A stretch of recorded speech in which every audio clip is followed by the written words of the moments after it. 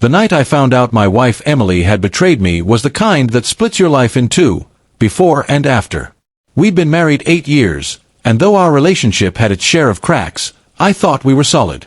I thought love, history, and a home built together meant something. But one message, a single, careless message, changed everything. It started on an ordinary Thursday. I was working late, reviewing contracts for my small design firm, when I realized I'd left my tablet at home. I called Emily, but she didn't answer. Odd, since she always picked up in the evenings. I decided to swing by the house, grab it, and maybe surprise her with takeout on the way. When I pulled into the driveway, I noticed an unfamiliar car parked out front. A sleek black sedan. I didn't think much of it. Emily's sister sometimes visited. But when I walked inside, the house was quiet. Too quiet. Then I heard it. Laughter. Hers. From upstairs. My chest tightened. I climbed the stairs slowly, each step heavier than the last. The bedroom door was slightly open. I saw shadows, 2 figures, her and a man I didn't recognize. My mind froze, my heart pounding so hard it drowned out every rational thought.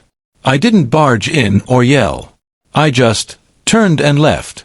I drove for hours that night, replaying everything in my head, the excuses, the late nights at work, the sudden distance. I wanted to believe there was some other explanation. But deep down I knew. When I finally returned home the next morning, Emily was sitting on the couch, tear-streaked and trembling. She didn't speak at first, just stared at me like a ghost. "Daniel," she whispered, "I made a mistake." I stood there, holding the takeout bag I'd never opened. "A mistake," I repeated quietly. "You call that a mistake?"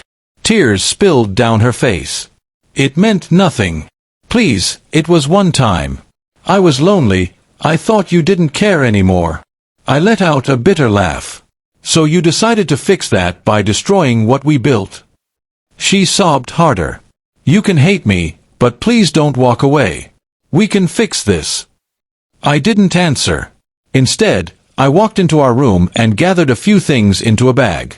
She followed me, her voice trembling. "Daniel, please. You can't just leave after everything we've been through."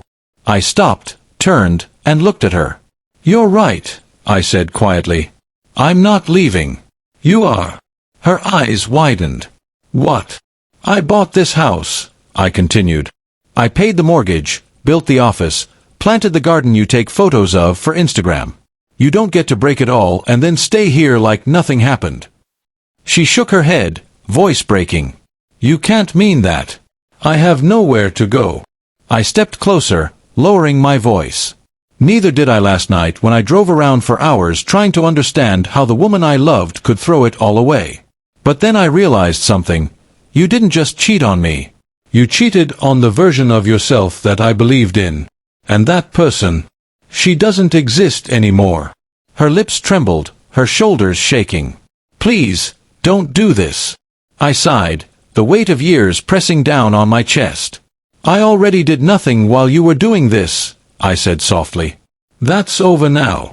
I handed her an envelope, divorce papers I'd drafted months ago when we were going through a rough patch but never filed.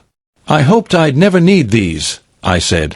"But I guess I was preparing for the day you stopped fighting for us." Her face crumpled. "Daniel, please. Don't end it like this. I love you." For a moment, I almost believed her. Almost. But then I remembered that laughter, the sound of her joy at someone else's touch. "You loved the comfort," I said coldly. "Not me." I walked out, leaving her standing there in stunned silence. Weeks passed. I focused on rebuilding, my work, my peace, my sense of self. The first few nights alone in that house were hard. Every room whispered memories. But with time, those memories stopped hurting and started teaching. One afternoon, I received an email from her. The subject line read, "I'm sorry. I didn't open it." Some apologies are just words trying to fill a silence they created. A few months later, I heard she'd lost her job and moved back with her parents. Mutual friends said she still asked about me, that she regretted everything. Maybe she did. But regret doesn't rebuild what betrayal burns down. And the truth is, I wasn't angry anymore. Just done.